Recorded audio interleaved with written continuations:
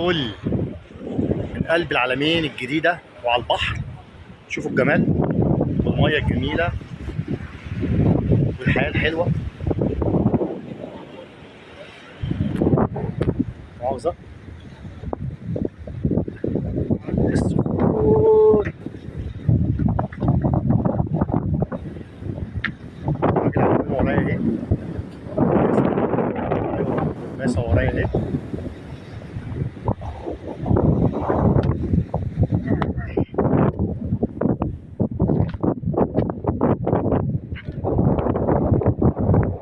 المية ورانا اهي، الحياة الجميلة. ناس ورايا.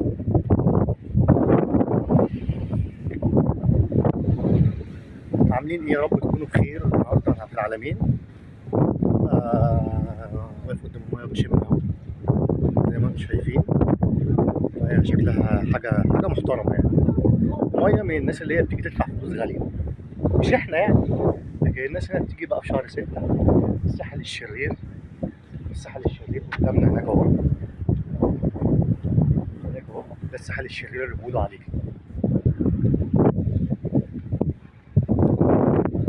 واحنا مش عاوزين الشرير ولا البتاع، احنا عايزين الطيب. دي برج العلمين الجديدة.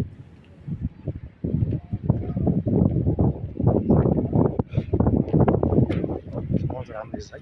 المنظر هنا تحفة تحفة تحفة تحفة. اللي معاه فلوس بس يا جماعة هو اللي يجي، الكلام ده مش لينا يعني. اللي معاه فلوس، اللي معاه فلوس يجي يتفرج على الجمال. شوف المية المعدنية اللي هي اللي تنزل 250 رافد عليها.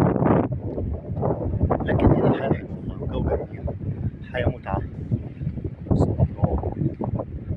بيقول لك الأبراج هنا الأسبوع ب1 مليون جنيه.